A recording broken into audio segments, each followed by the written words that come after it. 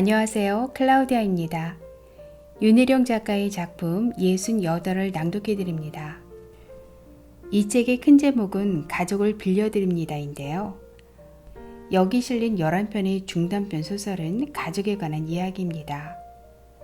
아무렇지 않게 저지르는 한 사람의 일탈과 이기심 혹은 욕망이 가족이라는 공동체를 어떻게 파괴하는지, 가족이었던 관계를 어떻게 떠나가는지, 그리고 가족관계를 어떻게 유지하려 하는지, 말하자면 가족의 해체와 복원의 문제를 다룬 연작들입니다.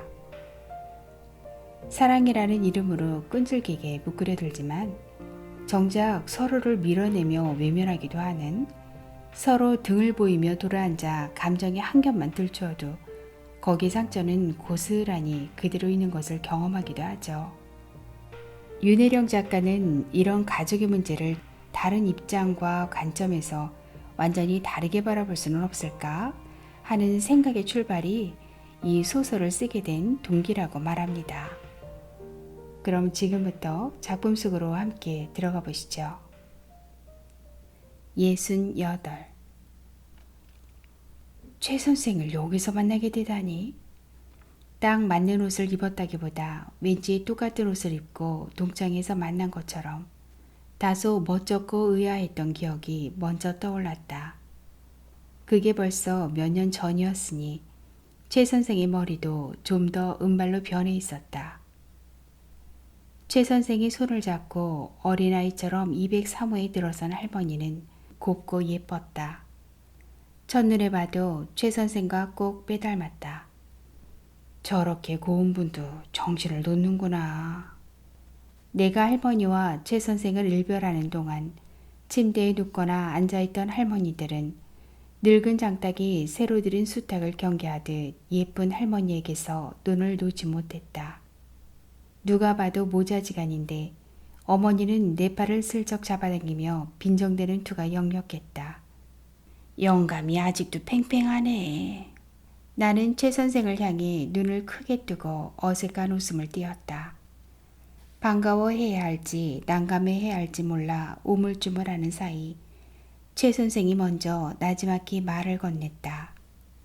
우린 참 희한한 인연이네요. 최 선생은 가만히 주위를 살펴볼 뿐 웃지 않았다. 무안해진 나는 얼른 입가에 흘리고 있던 웃음기를 걷어들였다. 이곳 요양원에 어머니를 쳐넣는 일이 웃음기를 흘려야 하는 일은 아니었다. 그가 내 웃음을 비웃을 리 없는데도 나는 이상하게 그 분위기에 눌리는 기분이 들었다. 예쁜 할머니의 자리가 비어있던 어머니 옆 침대로 정해졌다.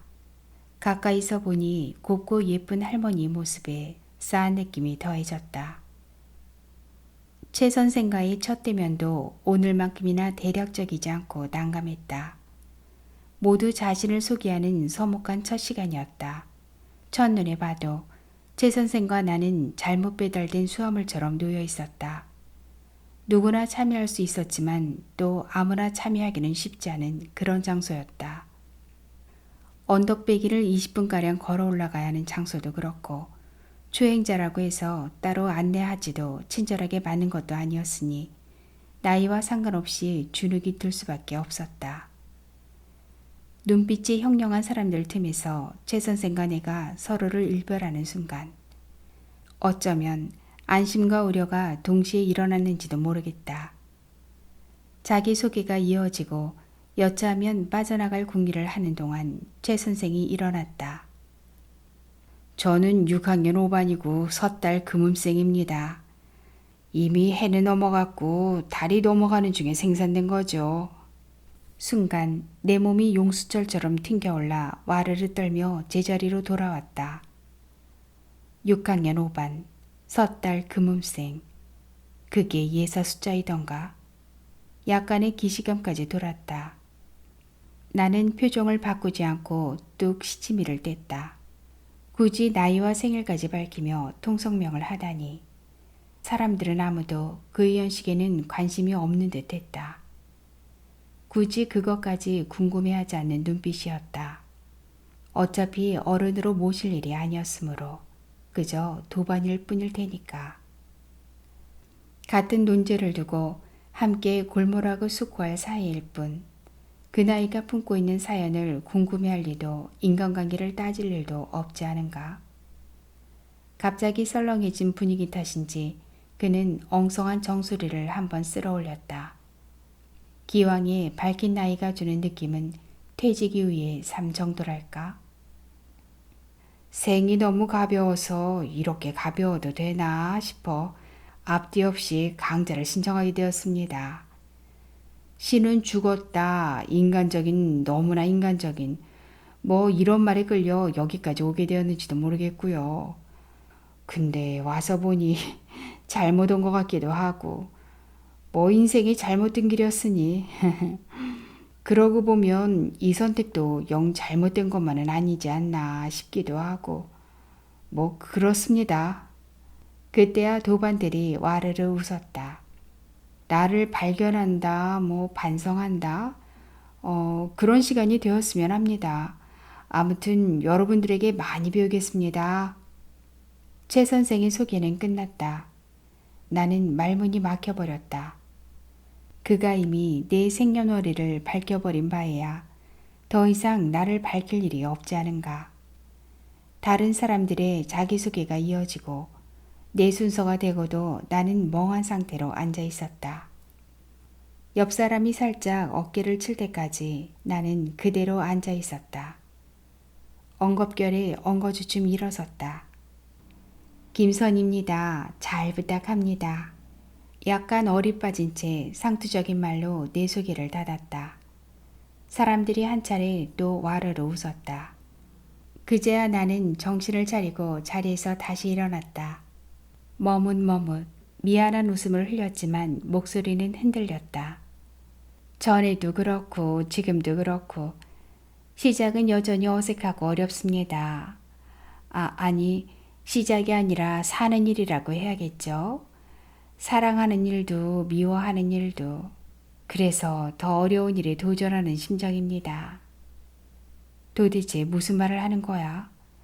여기서 사랑이니 미움이니 그딴 걸 왜 들먹이는가? 횡설수설 허둥거리며 자리에 앉으려다 다시 허리를 세워 도와주실 거죠? 하고 말했다. 추레한 넋두리 같은 건 관심 없는 멀뚱한 눈빛들과 딱한 표정으로 바라보는 최 선생의 시선이 잠시 맞닿았다가 비껴갔다. 최 선생과 나는 이렇게 인문학 강좌에서 만났다. 마치 같은 날 같은 시간에 태어난 쌍둥이처럼 그 같은 운명으로 맞지 않는 옷을 걸친 채 아무도 찾아오지 않는 비밀의 방, 어머니를 숨겨놓은 방에서 최 선생을 다시 만나다니. 우리는 몇 해 전 인문학 강좌를 함께 들었던 인연으로 잠시 도반이었던 셈. 4번의 강좌와 4번의 토론, 그러니까 최 선생을 꼭 8번 만났다. 8번 만나는 동안 함께 강의를 듣고 함께 토론했다. 나는 꺼다 놓은 보릿자루처럼 앉아 있었다. 젊은 도반들의 사고력과 논리와 해석에는 도저히 따라갈 수 없는 늙은이가 되어 세계도 인간도 해석 불가한 상태로. 최 선생도 그랬을 것이다.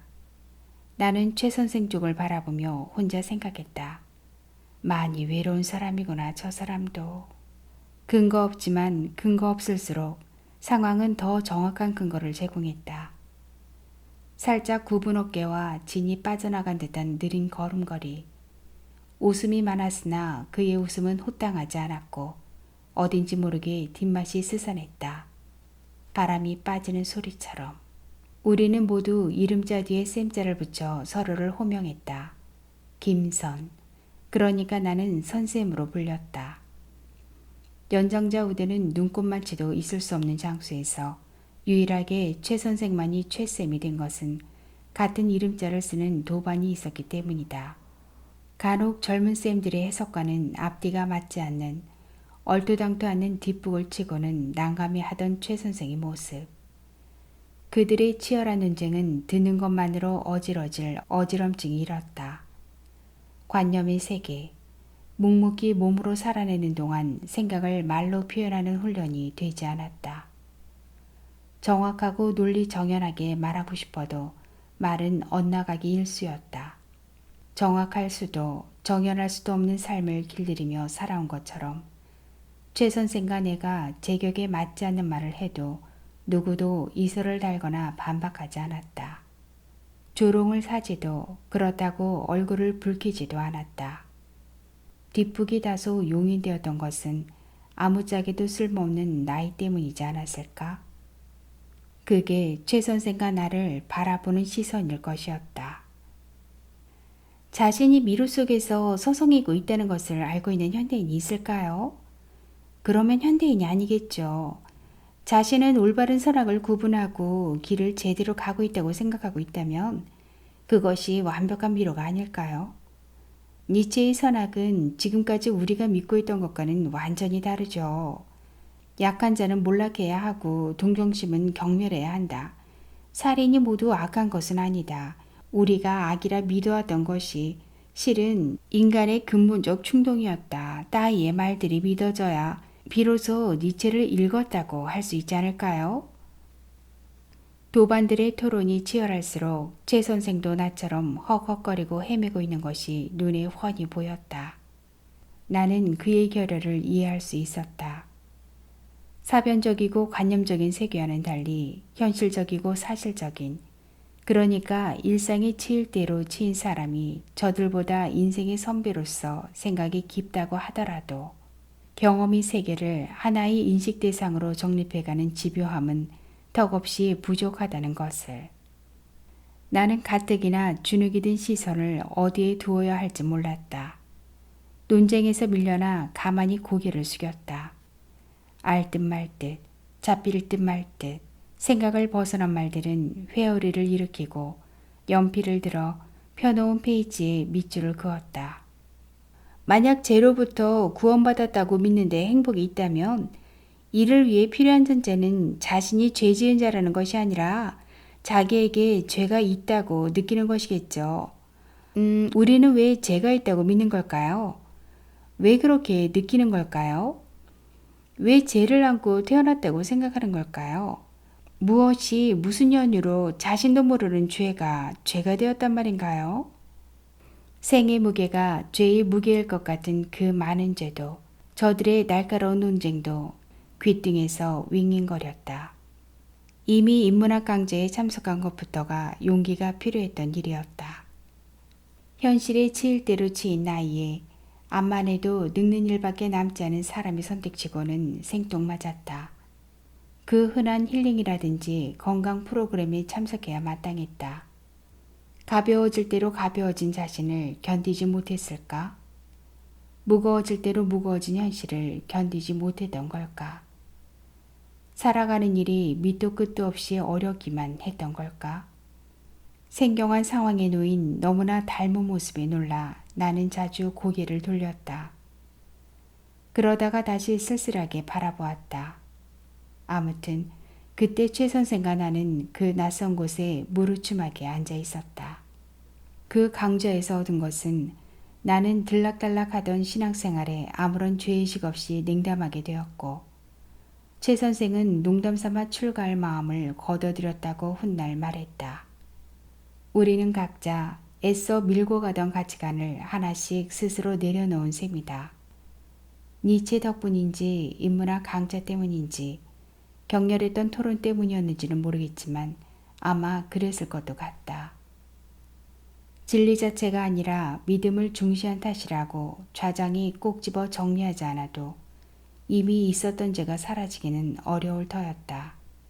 남을 해치지 않았더라도 도덕적으로 윤리적으로 따지지 않더라도 죄는 두초에 득실거렸다. 우선 어머니를 여기 요양원에 보낸 것부터 죄를 만들기엔 충분했다. 한 가지 분명한 건 다시 돌아갈 수 없는 젊음이 부럽거나 그들의 논리나 해석력이 부러운 게 아니었다. 누구나 자기 시대의 고통을 안고 살아가겠지만 누추하거나 구질구질하지 않은 당돌함, 이를테면 굳어버리지 않은 의식의 유연성 같은 것, 관심이라는 애정으로 시시콜콜 관여하고 아른 채를 하지 않는 무심함 같은 것, 그런 것들이었다. 쉽게 해석되지 않는 세계를 붙들고 그들과 섞여 있는 동안은 어깨를 짓누르던 책무나 노릇에서 벗어나 오롯이 나로 존재할 수 있는 시간이었다. 최 선생을 다시 만나게 되자 나는 운명이라는 야릇한 단어를 떠올렸다. 같은 날 배태하고 같은 날 저녁 배를 들어 아이를 낳은 여자들, 60년이 훨씬 지나 같은 요양원, 같은 방에서 만나게 된 두 할머니를 나는 번갈아 쳐다보았다. 우연이라기보단 어떤 운명 같은 느낌이 더 강했다. 만약 운명이 더 얄궂은 장난을 친다면 최 선생과 나는 서로의 배우자가 입원해 있는 병원 복도에서 다시 만날지도 모르고 그와 내가 같은 요양원에서 서로를 기억하지 못한 채로 죽어갈지도 모른다.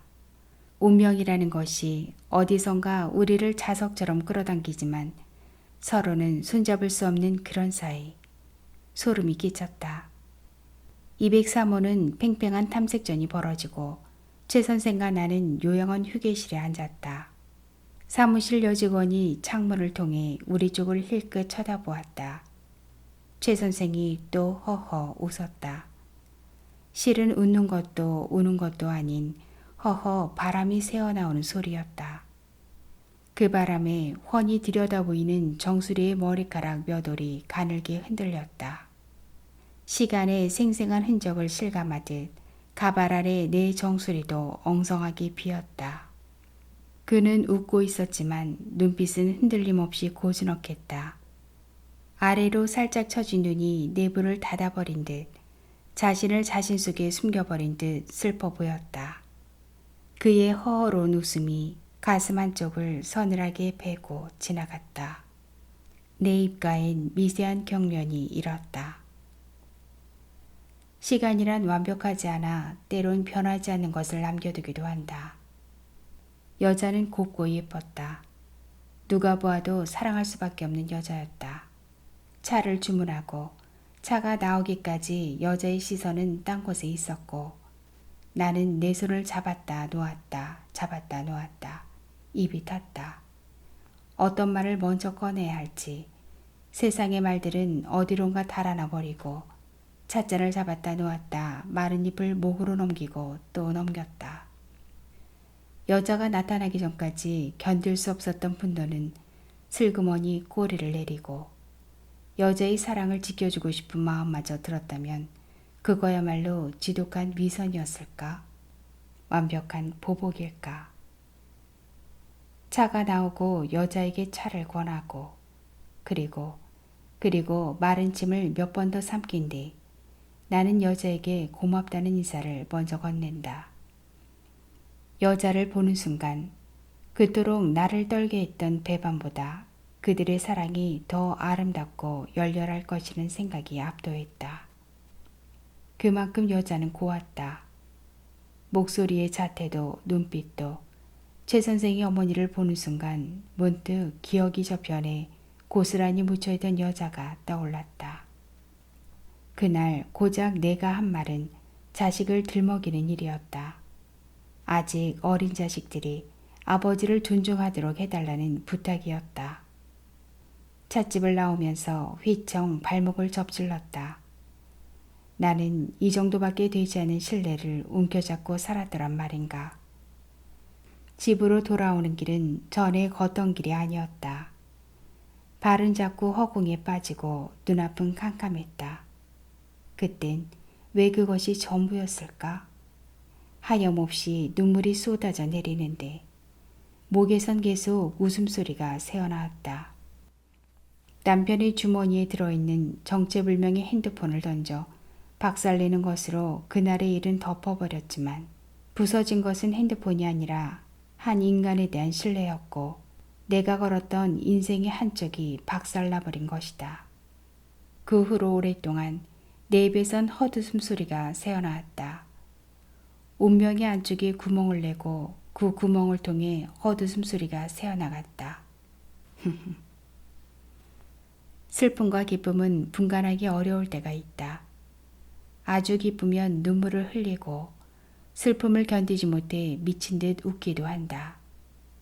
기쁨과 두려움의 첫 얼굴이 놀람인 것처럼 분노와 희열의 얼굴도 마찬가지다. 폭력의 비열함이 미소를 머금기도 하고 감동의 물결이 눈물을 동반하기도 하는 것처럼 극은 극으로 치닫는다. 누군가를 지나치게 미워한다면 그만큼 사랑한다는 말일지도. 이후로 나는 우두망잘 앉아있는 날이 많았다. 참담함을 덮어쓰고 선택했던 인생이 뜨거운 물에 담가 쥐어짠 털 스웨터같이 복원될 수 없이 망가지고 말았다. 최 선생이 다시 허허 웃었다. 그가 그저 허탈하게 웃었을 뿐인데 수많은 말들이 내게 전달되었다. 웃고 있었지만 애써 눈물을 참고 있는 듯한 눈빛. 나는 그의 웃음에서 울음을 찾았다. 우는 것조차 허용되지 않는 삶의 저 안쪽. 무엇이 그를 이렇게 웃게 했을까? 상상은 위험하고 위태로운 쪽으로 치달았다. 그 허허로운 웃음과 함께 간절해지고 싶은 사람과 간절해지기를 원하는 사람이 되어 우리는 그렇게 마주 앉았다. 바람 소리에 섞여 멀리서 기적 소리가 들렸다. 어머니의 도벽이 돌을 넘자 203호가 발칵 뒤집혔다. 어머니는 술단지나 메주 덩어리처럼 전리품들을 아랫목에 꼭꼭 싸매놓고 시치미를 뚝 뗐다. 아무 힘도 없는 어머니는 엄청난 힘으로 그것들을 움켜쥐고 놓지 않았다. 나를 당황하게 한 것은 도벽보다 사력을 다해 놓지 않으려는 어머니의 집착이었다. 자신도 모르게 변해가는 자신을 끈질기게 움켜잡고 있듯 어머니는 필사적이었다. 예쁜 할머니의 손수건과 목도리와 양말과 고쟁이가 나오고 먹지도 않을 음료들이 가득했다. 그러나 어머니는 능청스럽게 아무 일도 없었던 것처럼 딴청을 부리며 막내 이름을 불러댔다. 치매 초기 증상을 보이면서 어머니는 우리 집으로 오고 싶어 했다. 그 든든한 장남도 눈에 넣어도 아프지 않던 막내도 아닌 맏딸내로 기어이 짐을 옮겼다. 잠깐이라도 생각했던 일이 아예 눌러앉게 된 데는 남편의 묵인도 한몫했다. 자신이 수발을 들 것도 아니면서 흔쾌히 묵인한 데는 지난 시절을 만회하기 딱 좋은 기회라 생각했는지도 모를 일이다. 치매 노인과의 전쟁이 시작되었다. 두 번째 제왕절개를 하면서 의사는 쓸데없는 맹장을 드러내자고 했다. 자궁은 얌전히 그대로 보존되었다. 환갑이 지나고 커다란 혹을 달고 밖으로 나온 자궁은 생각보다 훨씬 컸다. 용도가 끝난 이 큰 물건을 여태 몸속에 품고 살았더란 말인가? 커다란 덩어리 하나가 빠져나가자 내 60의 색이 통째로 빠져나간 듯 허허했다. 몸은 중심을 잃고 휘청거리기 시작했다.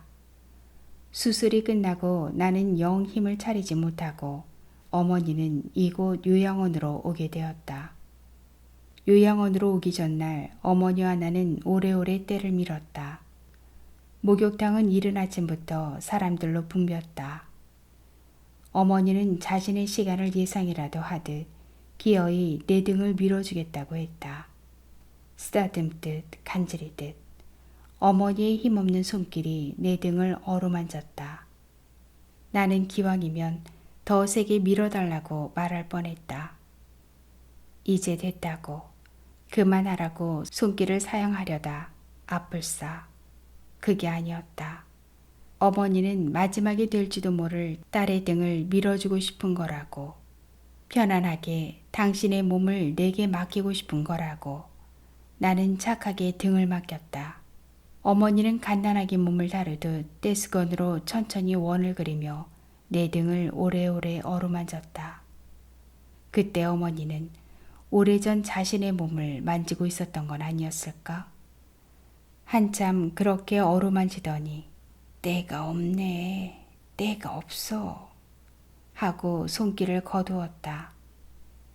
조금 남은 바가지 이물로 내 등의 거품을 다 씻어낼 때까지 나는 사양도 만류도 하지 않고 얌전하게 등을 돌려 앉아 있었다. 어머니는 내 등을 어루만지며 오래된 기억들을 씻어냈을까? 이제 다시 아기 몸으로 돌아간 어머니 등은 여리고 보드라웠다.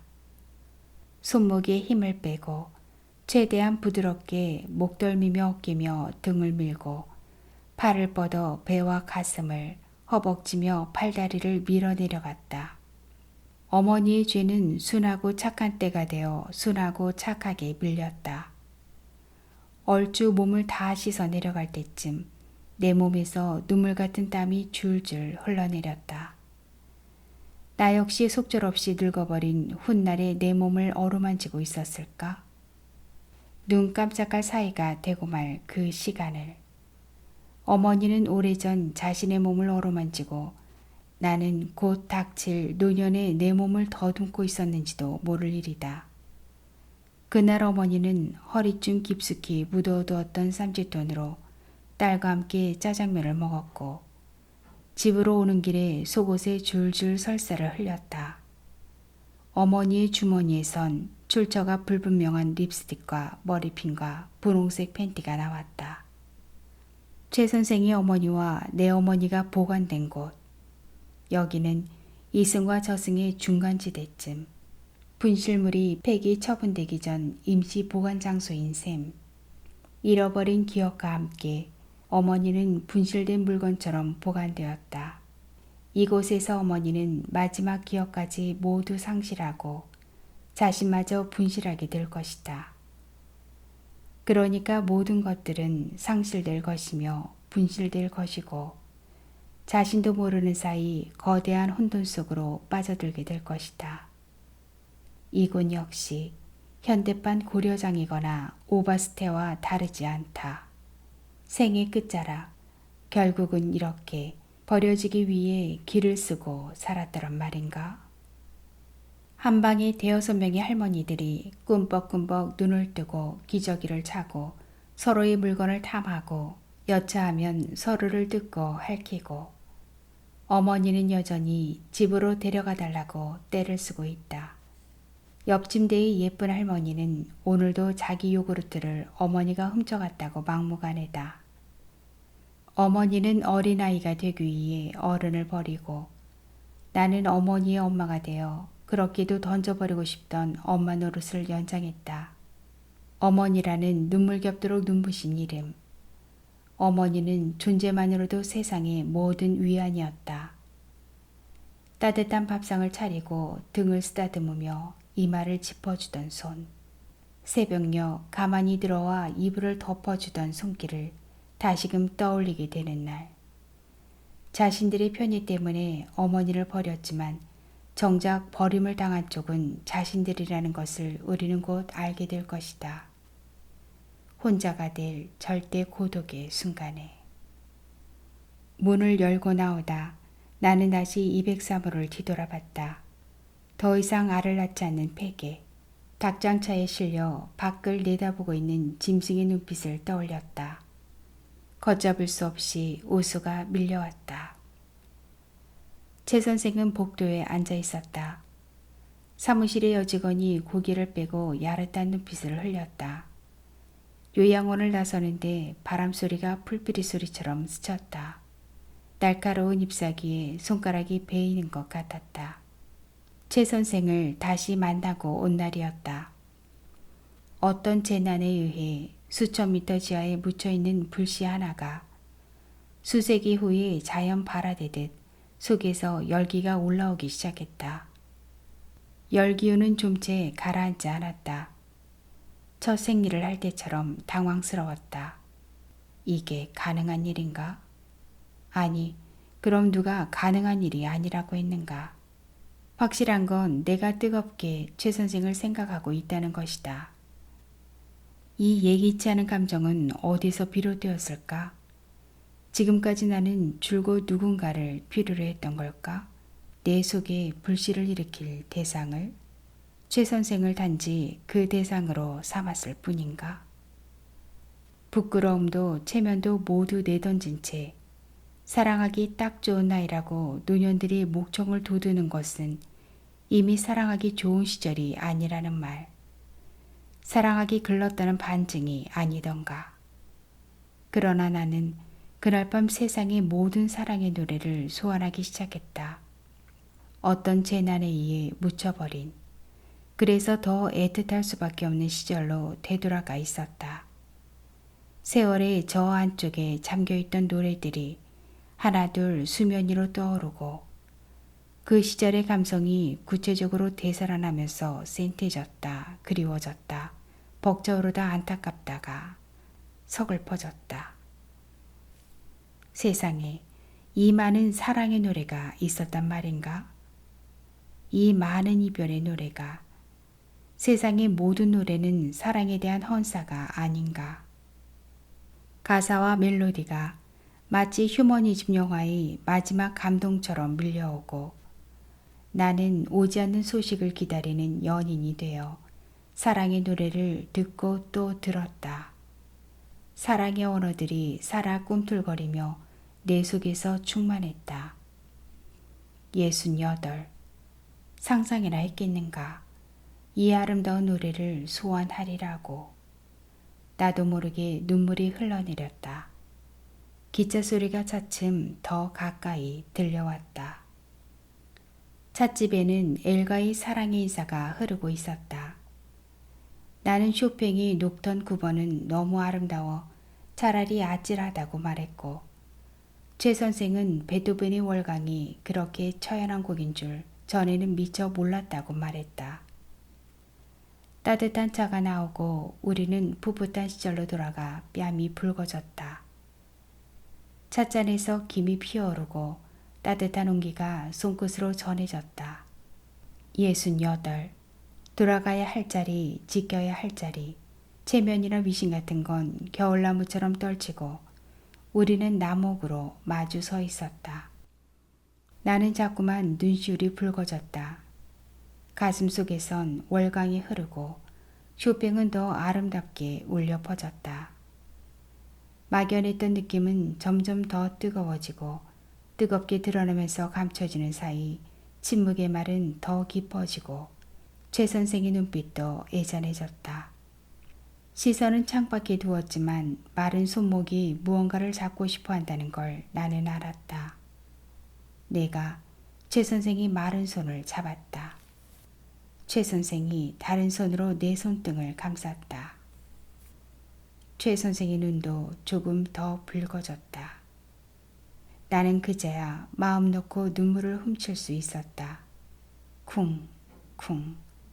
기차 소리는 점점 크게 들렸다. 최 선생은 커피 한 잔을 더 시켰다. 내 잔에 따뜻한 커피를 조금 따르며 조금만 더 마셔요 라고 말하듯 고개를 주워거렸다. 나는 커피잔 위에 얼른 손바닥을 덮었다. 선생도 불면증이 있으시군요. 최 선생이 말했다. 갓뽑은 커피 향이 그윽하게 퍼졌다.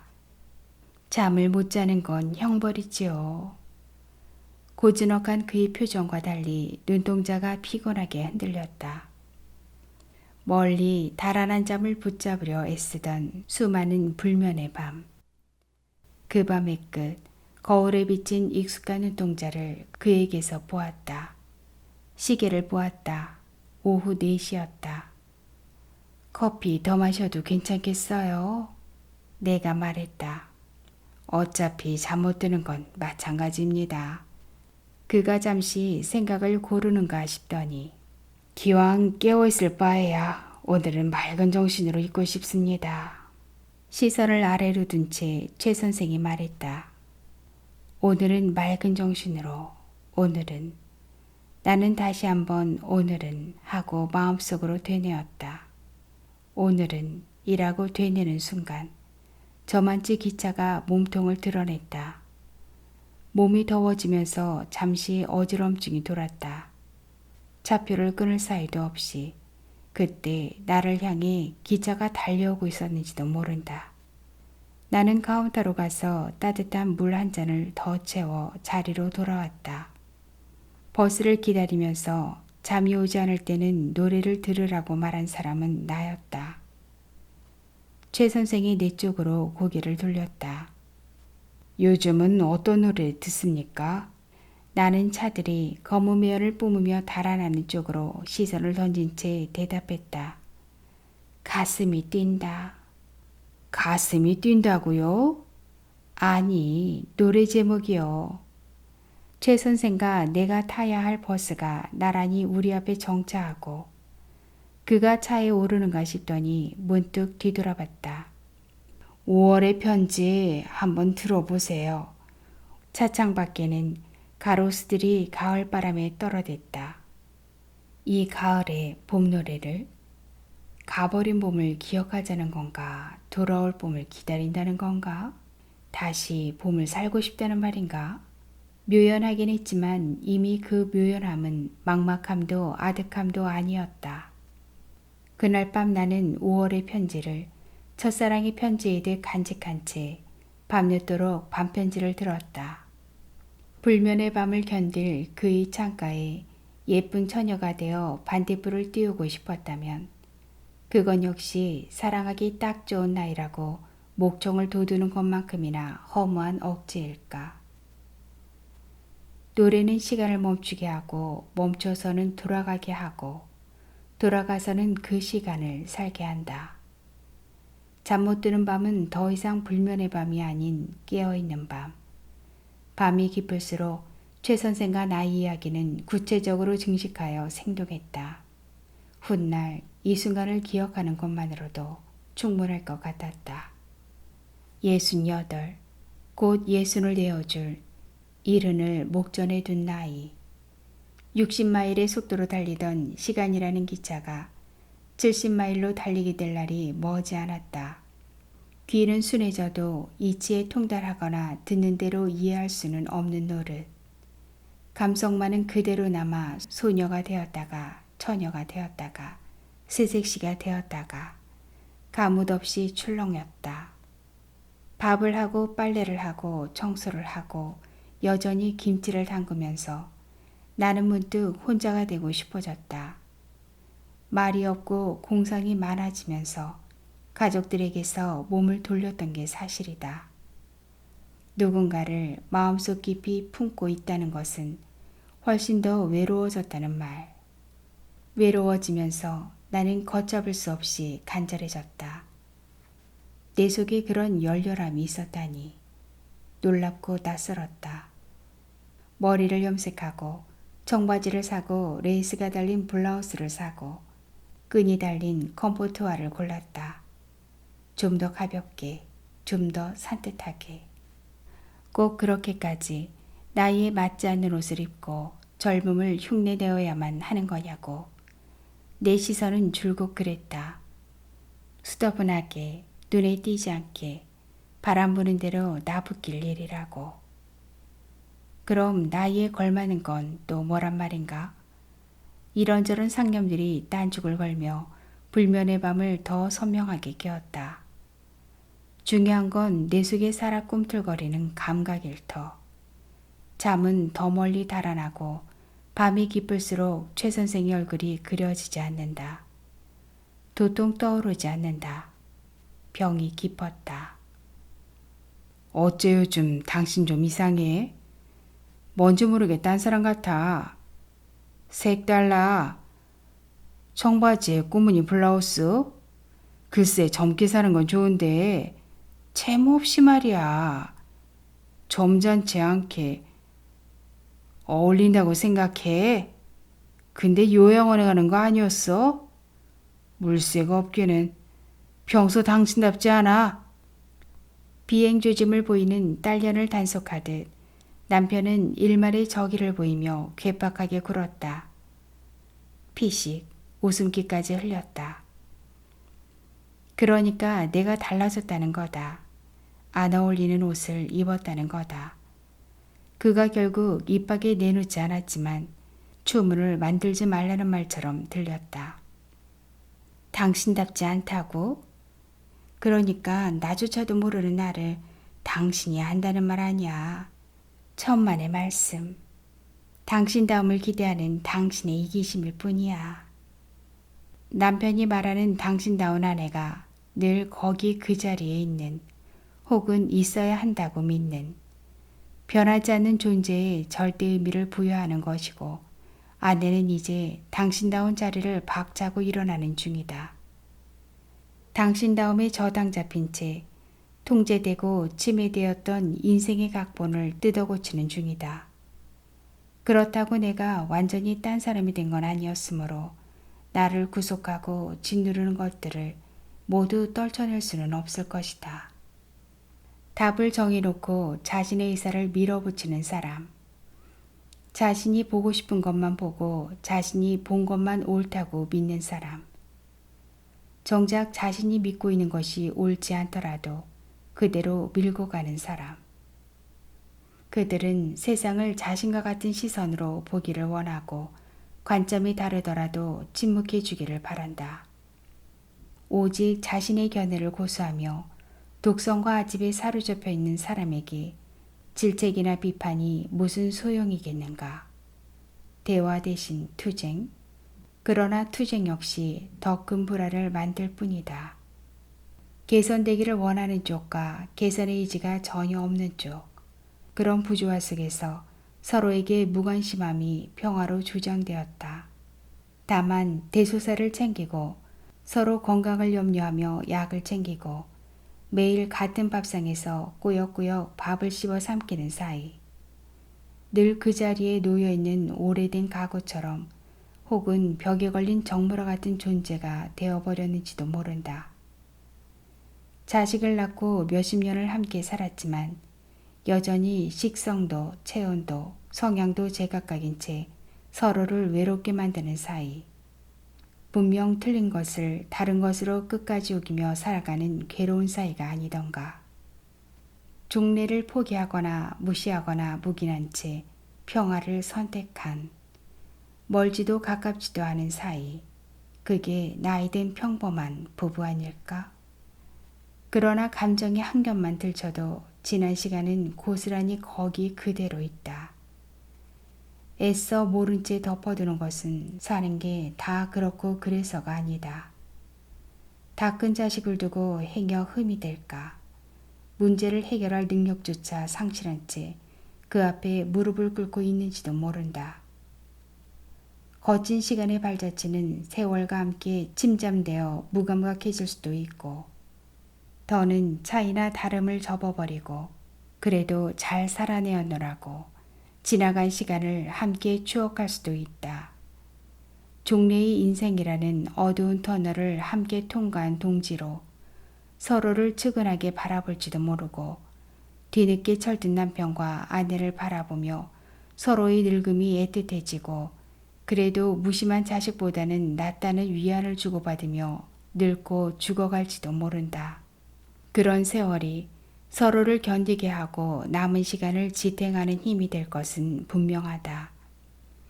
더러는 용감하게 황혼이혼을 선택할 수도 있겠지만 그건 당사자들만이 선택이 아니다. 불편하거나 복잡한 게 싫은 자식들은 그냥 아름답게 생을 마무리하기를 바랄 뿐이다. 인내의 미덕을 존중하면서 애지중지 키운 자식은 그런 존재들이다. 전제 조건을 그쪽 엄마를 모시고 살아야 하는 결혼을 누가 흔쾌히 받아들이겠니? 누가 모시고 산다고 했나요?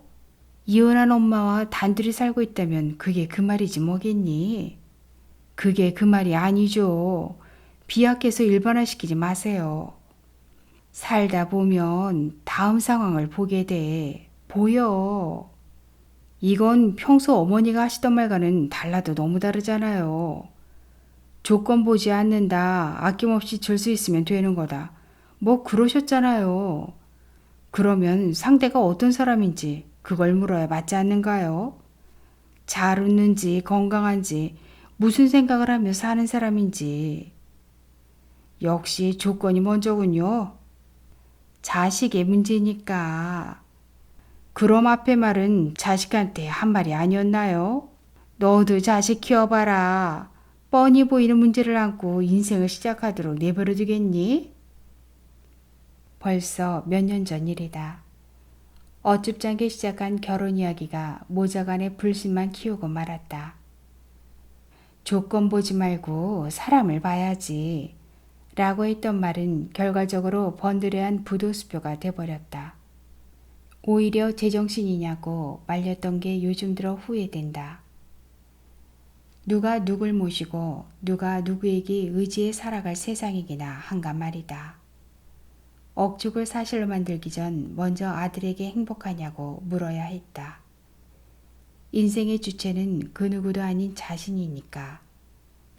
사랑에 대한 확신이 없었기에 선택하지 않는 것일 뿐 누굴 탓할 문제인가. 아들의 사랑 앞에서 그토록 완고한 편견을 던져버리지 못했으니 나 또한 남편과 다를 바 없었다.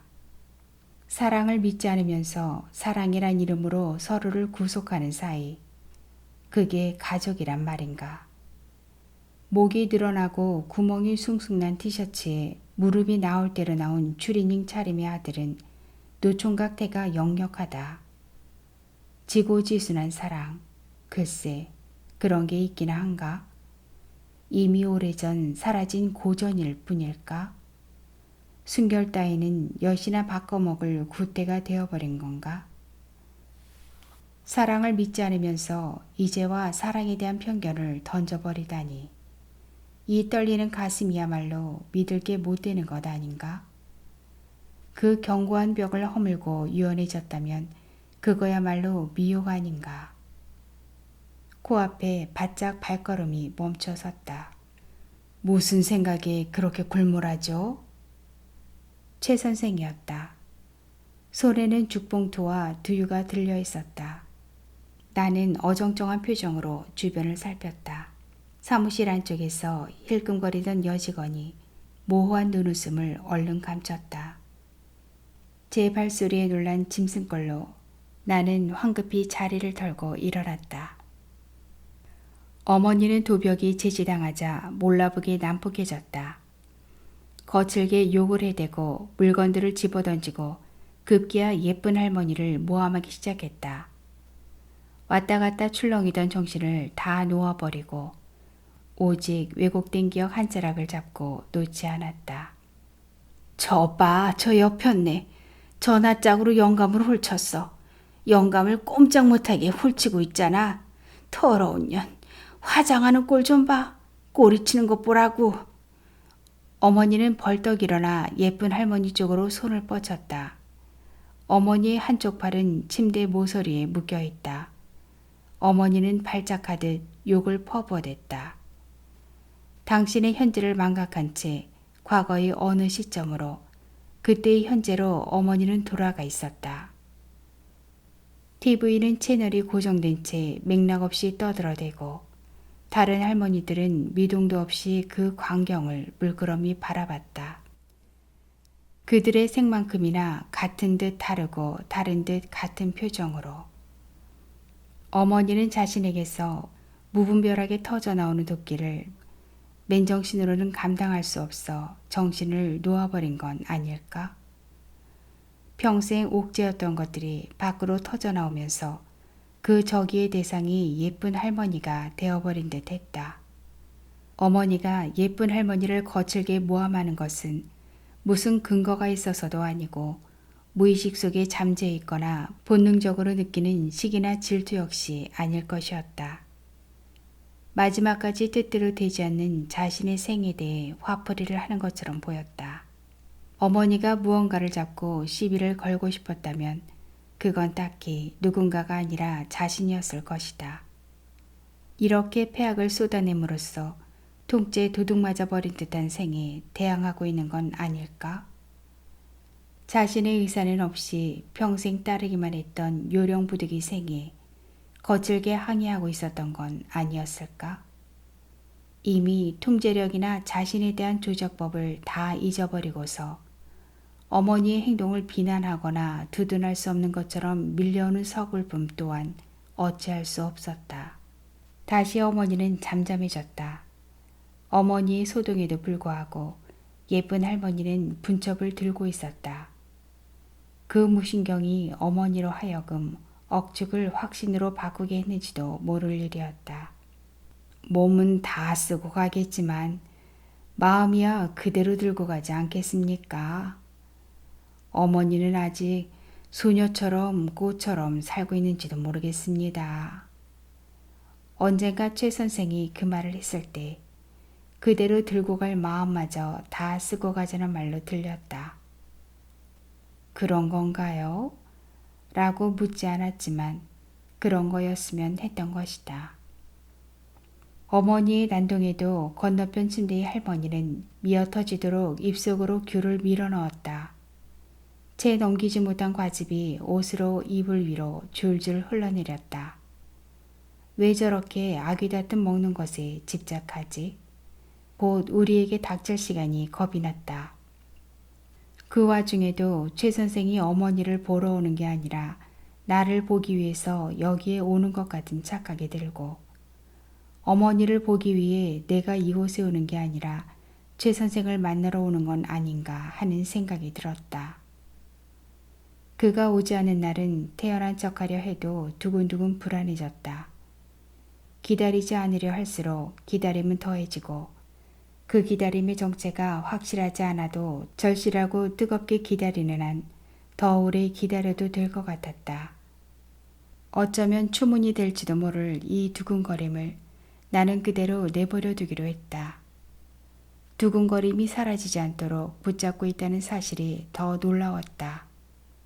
시간이 흐른 후 이 두근거림이야말로 그때의 현재로 되돌릴 순간이지 않을까? 우리는 그때도 지금도 서로의 연락처를 교환하지 않았다. 그런 것들로 하여 완전한 감정이 순결하지 않게 되는 것을 두려워했던 걸까? 며칠 동안 최 선생이 나타나지 않자 내 안에서 잘못된 정보가 어지럽게 뒤엉키면서 통제 불능 상태로 몰아갔다. 그동안 내가 절제하고 통제할 수 있는 사람이어서가 아니라 살아내느라 죽을 힘을 다해 통제하고 절제해왔다는 사실이 서글펐다. 최 선생이 다시 나타나지 않는다면 지금 나를 채우고 있는 것들이 뭉텅 빠져나가게 될 것 같았다. 나는 자궁뿐만 아니라 장기가 모두 빠져나가는 상상을 했다. 68에. 이 나이에 이렇게 뜨거운 감정을 품고 있다니. 이 느닷없는 감정을 무어라 말해야 하나. 뜨거운 것은 늙음이 취할 것이 못 되는 거라는 오래된 편견을 스스로 파괴하게 될 줄이야. 단순해지자. 충동이 이끄는 대로 가보자. 거짓 없이 순수하게. 이 이상한 감정이야말로 이상한 게 아니다. 다만 조금 늦게 내게 도착했을 뿐. 이 이상하고 놀라운 감정을 꿈꾼 건 아니지만 포기한 적 역시 없었다. 세상에 존재하지 않는 아름다운 사랑을 그렸던 누군가는 세상에 없는 사랑을 쫓다가 그만 머리가 허옇게 세어버리고 말았다. 나 또한 아름다운 관계를 바랐다면 그건 역시 세상에 존재하지 않는 것이었을 수도 있다. 그럼 지금 나는 환상일 뿐인 감정에 말려든 건가? 68에. 혼자 카페에 앉았다. 음악과 커피는 서로의 향을 극대화하며 절묘하게 스며들었다. 나는 의자 깊숙이 몸을 밀어 넣었다. 아무렇게나 쑤셔박아 넣은 허접 쓰레기처럼 머릿속이 복잡했다. 향이 스며들고 흐르고 그 향에 취하는 사이 나를 관통하고 지나가는 생각 하나. 대체 이래도 되는 건가? 어머니의 생이 허물어져 내리는 동안 68의 딸은 언제 허물어질지 모르는 또 다른 생을 구축하고 있었다. 결국 어머니는 복도 맨 끝방 207호로 옮겨졌다. 옮겨졌다기보다 쫓겨났다. 말하자면 중증 노인들이 있는 207호로 격리 수용되었다. 어머니가 난폭하게 변했는데도 끝방으로 밀려났는데도 과다하게 신경안정제를 투여해 온종일 잠수기에 빠져 있는데도 전처럼 나는 억울해하지도 속상해하지도 않았다. 일을 하면서 신호를 기다리면서 길을 걸으면서 나는 나지막이 사랑의 노래를 흥얼거렸다. 노래를 듣고 또 듣고 수없이 흥얼거리는 사이 그 모든 노래가 최 선생의 목소리로 들렸다. 사랑이라는 단어는 어딘지 모르게 쑥스럽고 이미 오래전 벗어던진 교복 같은 것이라고, 다시는 입지 못할 미니스커트 같은 것이라고, 무용지물이 되어버린 철진한 옷 같은 거라고, 들먹이는 것조차 낯간지은 거라고, 그저 오래전의 추억으로 회상할 뿐 입에 올리는 순간 멋쩍게 달아나 버릴 것 같은 거라고. 그런 단어가 아니었던가? 그러나 최 선생과 나는 오래전부터 사랑한 사람들처럼 마주 보았다. 오랜만에 듣네요. 백주의 노래. 요즘 보기 드문 LP판 음악 카페는 슈베르트의 세레나데가 흘러나왔다. 최 선생이 주인을 향해 가볍게 목례를 했다. 백조는 죽기 전에 단 한 번 운다고 하네요. 속설이겠죠? 그래서 보통 예술가들의 마지막 작품을 백조의 노래에 비유하곤 한다지요. 참 아름다운 곡입니다. 짙은 애상과 격정이 넘실대고 남모르게 내 가슴은 사랑의 감정으로 벅차올랐다. 나는 꽃무늬 원피스에 니트 카디건을 걸친 18 처녀가 되어 거기 최 선생 앞에 앉아 있었다. 저렇게 어머니들처럼 정신을 놓지 말아야 할 텐데 우리의 마지막은 아름답게 마무리되어야 할 텐데요. 최 선생이 말과 동시에 나는 최 선생과의 인연이 백주의 누리가 되었으면 하는 마음 절절했다. 감정은 음악에 삼투되어 심리적 격앙 상태에 이르렀다. 굳이 인식을 벗어난 감정을 입 밖으로 드러낼 필요는 없다. 나는 좀 더 사랑의 격정에 힘올리고 싶었다. 그러나 음악은 다른 곡으로 바뀌었다. 사랑의 격정이 순간 슬픔의 격정으로 바뀌었다. 끊어질 듯 이어지는 슬픈 선율이 여리하면서도 세찬 전율을 일으켜 몸서리치게 했다.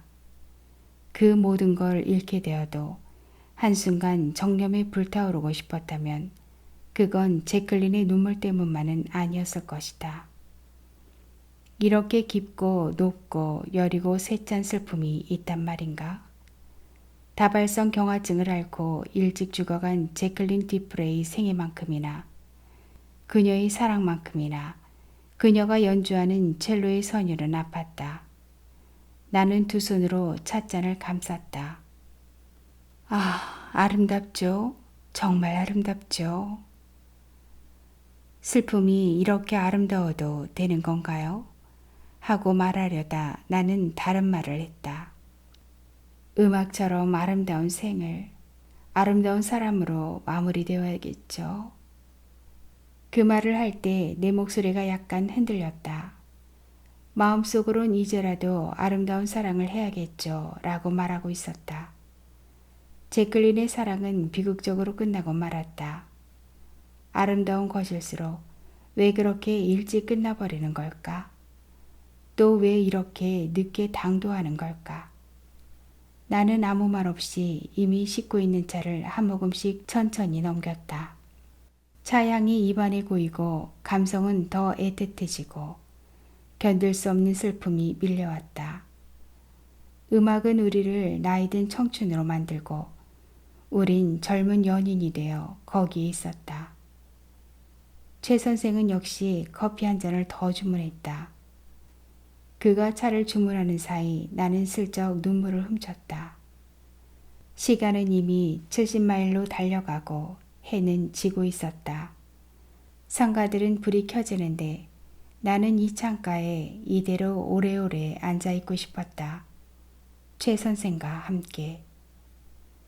최 선생이 빈 커피잔을 손으로 빙글빙글 돌리며 말했다. 어른들은 저기 요양원에 갇혀 가족들을 기다리지만 이미 이 세계에서 버려진 존재들인 거죠. 나 역시 203호 할머니들의 가족을 본 적이 없었다. 선쌤과 내가 착한 사람일까요? 우리 같은 사람이 교활함을 숨기기 위해 더 착한 사람의 가면을 쓰고 살고 있는지도 모르죠. 최 선생이 그 말을 할 때 문득 인문학 강좌에서 함께 토론했던 말이 떠올랐다. 착한 사람이란 자신이 속한 공동체의 가치관에 딱 달라붙어 그 공동체의 색깔과 같은 보호색으로 자신의 신체를 숨기고 살아가는 사람, 살아갈 수 있는 사람, 살아가고자 하는 사람. 사회에 저항하지 못하며 잘못인 것을 알고도 따를 수밖에 없는 교활함을 가지고 있는 이들. 나는 시선을 피한 채 대답했다. 자기 본성대로 살아갈 수 있겠어요. 그 가면을 벗고 살아가는 게 어려운 거니까요. 니체식이라면 약자들은 자신의 안전을 추구하기 위해 거짓말을 하고 동정하며 원한을 품는다는 것 아닙니까? 그럴지도 모른다. 우리는 최소한의 인간적 도리조차 외면하면서 자신의 인격을 훼손하지 않기 위해서 장황하게 핑계를 대기도 한다. 오히려 피해자는 자신이라고. 어쩌면 가족이라는 공동체적 의식이 이미 붕괴해 버렸는지도 모를 일이다. 노인들이 이곳에서 아무도 모르게 죽어간다고 해도 그 죽음조차 자식들에겐 단순한 정보에 그칠지도 모르는 일. 고개를 돌려 다시 최 선생을 바라보았다. 최 선생의 입가에 희미한 웃음기가 맴돌았다. 그 역시 시선을 멀리 둔 채 말했다. 우린 누굴 동정하며 원한을 품고 있을까요? 자신의 안전을 위해서는 약자를, 아니 피해자를 가해자로 만들어야 하지 않을까요? 나 역시 약간의 쓴웃음을 띠며 대답했다. 그렇게 되물으며 나는 어머님의 장남과 막내를 떠올렸다. 가족이라는 이 불가해한 관계. 이럴 땐 저들처럼 오히려 냉담한 편이 나을까? 구질구질하지 않고 산뜻하게. 연민을 갖는 쪽도 받는 쪽도 냉담하게. 그러나 어머니는 정신을 놓고 도로 아기가 되어버리지 않았는가. 누군가의 도움 없이는 살아갈 수 없는 약자가 정작 약자는 어머니가 아닌 위선과 가식의 신념으로 살아가는 자식들이 아닐까? 그런 생각을 하며 나는 또 최 선생을 바라봤다. 아무렇게나 풀어헤친 최 선생의 목덜미가 휑했다. 나는 내 목에 두르고 있던 하얀 캐시미어 목도리를 풀어 최 선생의 목에 둘러주었다.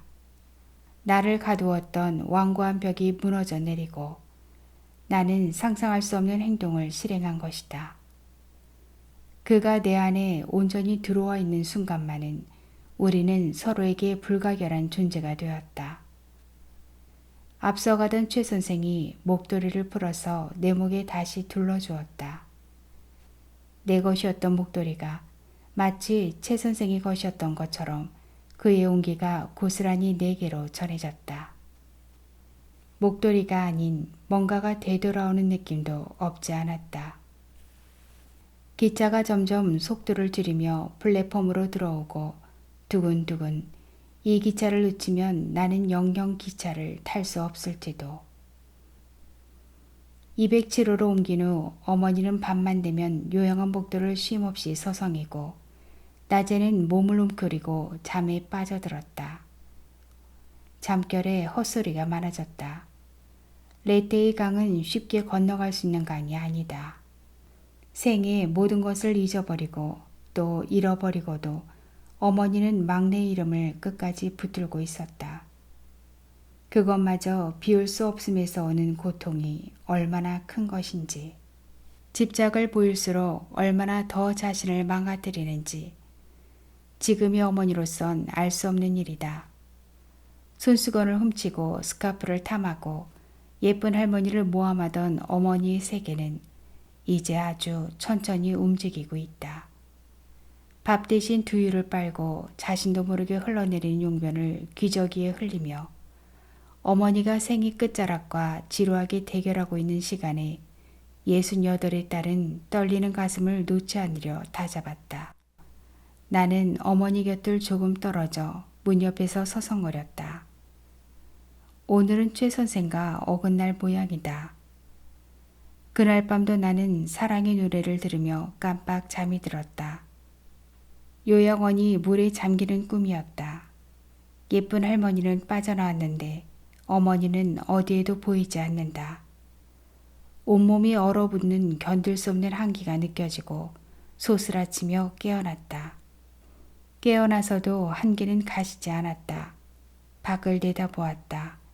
비는 내리지 않았다. 요양원 문을 열고 들어서는 순간 뭔지 익숙하지 않은 고요함이 감돌았다. 그 고요함은 바로 전에 어수선한 기운을 물고 있었다. 207호로 걸어가다 반쯤 열려있는 203호를 슬쩍 들여다보았다. 예쁜 할머니가 분첩을 들고 앉아있던 자리. 창가의 두 번째 자리가 환하게 치워졌다. 순간 나는 정지 상태가 되어버렸다. 내 속에서 무언가가 무너져 내리고 뜻밖의 죽음을 알리는 자막 없는 영화의 텅 빈 마지막 화면처럼 눈앞이 캄캄했다. 올라온 계단을 급하게 다시 내려갔다. 사무실 여직원은 보이지 않았다. 사무장이 고개를 주걱거렸을 뿐 전화통화를 계속했다. 기묘한 통화인 듯 했다. 그 광경을 바라볼 뿐인데 한 생이 시공간을 넘어서 아득해지는 느낌이었다. 원치 않는 예감은 원치 않았기에 정확하게 들어맞는다. 예쁜 할머니가 이른 새벽 돌아가셨다. 나는 천천히 계단을 올라가 다시 203호를 들여다보았다.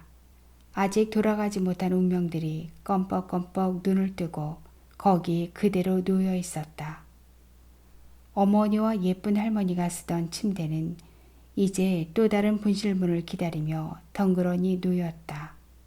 근거 없는 저기를 분출하고 시도 때도 없이 분첩을 들고 앉아있던 자리.